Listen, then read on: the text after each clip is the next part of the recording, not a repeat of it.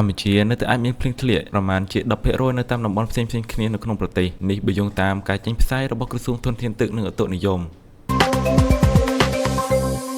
សម្ពាធទាបដែលក្រុង10លើប្រជាណាចក្រកម្ពុជាសមុទ្រចិនខាងត្បូងនិងអាងទន្លេមេគង្គស្ថានភាពបែបនេះនឹងធ្វើឲ្យចាប់ពីថ្ងៃទី19ដល់ថ្ងៃទី21ខែមេសាឆ្នាំ2025តំបន់វាលទំនាបសីតុណ្ហភាពមធ្យមអបបរមា26អង្សាសេនិងសីតុណ្ហភាពមធ្យមអតិបរមា37អង្សាសេខ្យល់បក់មកពីទិសនិរតីមានល្បឿនមធ្យម2ម៉ែត្រក្នុងវិនាទីដែលអាចមានភ្លៀងធ្លាក់ជាមួយផ្គររន្ទះនិងខ្យល់កន្ត្រាក់គ្រប់10លើផ្ទៃដី 10% តំបន់មាត់សមុទ្រសីតុណ្ហភាពមធ្យមអបបរមា25អង្សាសេ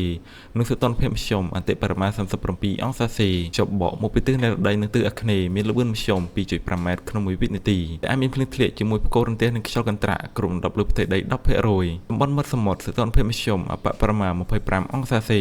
និងសីតុណ្ហភាពមធ្យមអតិបរមា36អង្សាសេខ្យល់បក់មកពីទិសនិរតីនិងទិសអាគ្នេយ៍មានល្បឿនមធ្យម2.5ម៉ែត្រក្នុងមួយវិនាទីដែលអាចមានភ្លៀងធ្លាក់ជាមួយផ្គររន្ទះនិងខ្យល់កន្ត្រាក់គ្រប់10លើផ្ទៃដី 10% អាស្រ័យតំបន់ជម្រើសជូនខាងលើសូមសាធារណជនទទួលជ្រាបជាព័ត៌មាន